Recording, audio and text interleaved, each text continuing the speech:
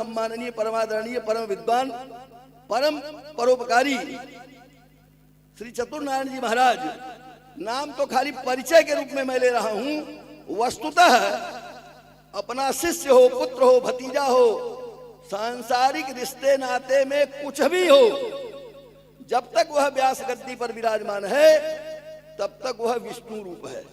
ये मैंने श्लोक नहीं लिखा है, मैं जब पैदा नहीं हुआ था, मेरे पिता नहीं पैदा हुए होंगे, तब से यह श्लोक जो है, यहाँ जो यजमान जी शायद सामने बैठे हैं, जब अभी ये व्यास गद्दी पर बैठे होंगे तो इनका तिलक किए होंगे, व्यासाय विष्णु रूपाय, विष्णु रूप व्यास की मैं वंदना करता हूं। तो देखिए, इसमें विष्णु के अवतार जो भगवान श्री कृष्ण है, राम है, 24 अवतारों का वर्णन है इसमें श्रीमद् भागवत जी में।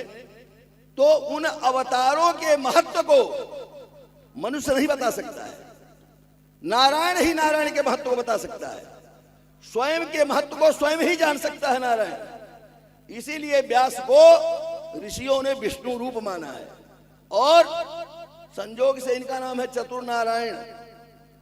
तो भगवान विष्णु जो है चतुर्भुज है और नारायण है, और व्यास को विष्णु रूप भी माना गया है। तीसरी बात यह है, श्रीमद् भागवत के जो प्रणेता हैं कृष्ण द्वैपायन वेद व्यास, वो पुत्र किसके हैं? महर्षि पराशर के। और पराशर के वंश में उत्पन्न होने वाले जितने भी हैं, जितने हो चुके, जितने हो रहे हैं, और सृष्टि जब तक चलेगी जितने भी होंगे सबके सब पाराशर कहलाएंगे। तो कृष्ण द्वैपायन वेद व्यास भी पाराशर थे। कहने का मतलब यह है, पाराशर के खून में ही भागवत है। जितने पाराशर होंगे, कहते हैं ना कि ये तो इनके खून में है। तो भाई, जब कृष्ण द्वैपायन वेद व्यास के जो पिता थे पराशर, वहां से इनका कुल उत्पन्न होता है, तो ऐसी स्थिति में भागवत के मर्मज्ञ विद्वान ये नहीं होंगे तो क्या ऐरू गैरू नत्थु होंगे? एक बात। दूसरी बात यह है, भगवान वेद व्यास ने बहुत परिश्रम किया, और उनके शिष्य ने एक बार पूछा, ये बताइए किसके लिए आप परिश्रम कर रहे हैं? इतना कराल संक्रमण का युग है, किसके लिए आप परिश्रम कर रहे हैं? उन्होंने कहा, इसलिए परिश्रम कर रहा हूं क्योंकि ऋषयो भविष्य द्रष्टारः, ऋषि लोग जो है वो भविष्य द्रष्टा होते थे, इसीलिए भविष्य पुराण भी बनाया गया है।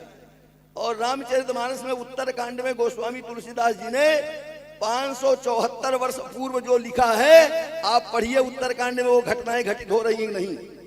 इसका मतलब 574 वर्ष पूर्व रामचरितमानस का प्रणयन करते समय गोस्वामी तुलसीदास को यह ज्ञान था कि 574 वर्ष बाद विश्व में ये सब घटनाएं घटित होंगी। ऋषयो भविष्य द्रष्टा है। तो व्यास जी को भी मालूम था कि कराल कलिकाल आने वाला है, संक्रमण युग आने वाला है, धर्म का जो है अत्यंत पतन होने वाला है, कहीं सनातन धर्म समूल उच्छिन्न न हो जाए। इसलिए अगर उसका मूल बीज बचा रहेगा तो कालांतर में वही बीज जो सुरक्षित बीज है वह अंकुरित होगा, पल्लवित होगा, पुष्पित होगा, फलित होगा। इसलिए मैं परिश्रम कर रहा हूं। उसी श्रृंखला में चतुर नारायण जी भी परिश्रम कर रहे हैं उस बीज की सुरक्षा के लिए कि वह जो है अंकुरित हो, पल्लवित हो, पुष्पित हो, फलित हो। और भगवान नारायण ने चतुश्लोकी भागवत बनाई, जिसको बाद में कालांतर में वेद व्यास ने 24,000 श्लोकों में इसको बृहद बनाया। तो भागवत जी के महात्म्य का वर्णन हम इतना खाली कहेंगे, जैसे पुष्पदंत ने भगवान शिव के महात्म्य का वर्णन करते हुए शिव महिम स्तोत्र में लिखा है, लिखत यदि गृहीत्वा शारदा सर्वकालम तदपि तव गुणानाम ईशपारम न जाति।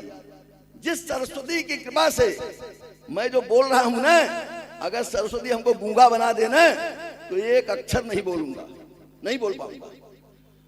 सरस्वती की कृपा से ही व्यक्ति भरत पुत्र बने सरस्वती पुत्र होता है।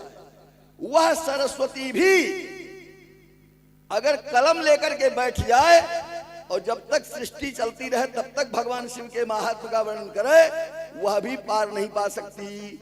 उसी प्रकार से भगवान वेद व्यास के द्वारा प्रणीत श्रीमद् भागवत महापुराण के महत्व को 6 अध्यायों में जो लिखा गया है, एक और भी है, 2 महात्म इसमें है, एक ही महात्म का लोग कथावाचक लोग करते हैं, लेकिन इससे बढ़कर के महात्म क्या होगा कि भगवान वेद व्यास को इसके पहले संतोष नहीं हुआ, खाली भगवान वेद व्यास ने श्रीमद् भागवत को लिखा, लिखने मात्र से संतोष हो गया, जबकि उस समय में असंतोषी लोग नहीं होते थे जब लिखा गया है।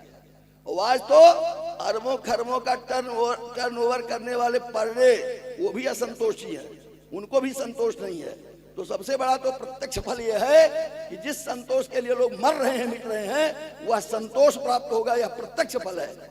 और भागवत जी क्या फल नहीं, भागवत जी के द्वारा क्या फल नहीं मिल सकता है, सब कुछ मिल सकता है, बस श्रद्धा निष्ठा और विश्वास की अपेक्षा है। और जब तक व्यास गद्दी पर विराजमान रहें, चाहे चतुर नारायण जी हो चाहे अन्य नारायण हो, सबके सब विष्णु रूप हैं।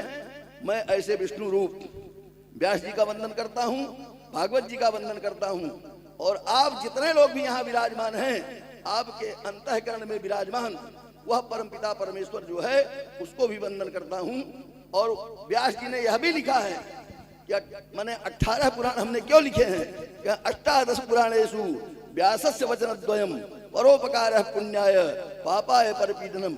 रामचरितमानस में भी लिखा है, गोस्वामी तुलसीदास जी ने लक्ष्मण जी को उपदेश दिलवाया है राम के द्वारा, परहित सरिस धर्म नहीं भाई, पर पीड़ा सम नहीं अधमाई।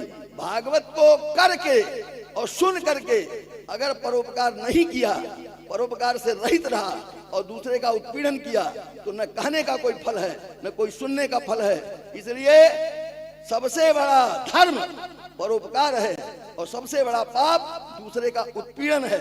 और हमारे चतुर नारायण जी परोपकार ही परोपकार कर रहे हैं, इससे ज्यादा न कह करके अपनी वाक पुष्पांजलि साक्षात कृष्ण स्वरूप भगवान श्रीमद् भागवत जी के चरण कमलों में अर्पित करता हुआ अपने वाणी को विराम देता हूं। बोलिए भक्तवत्सल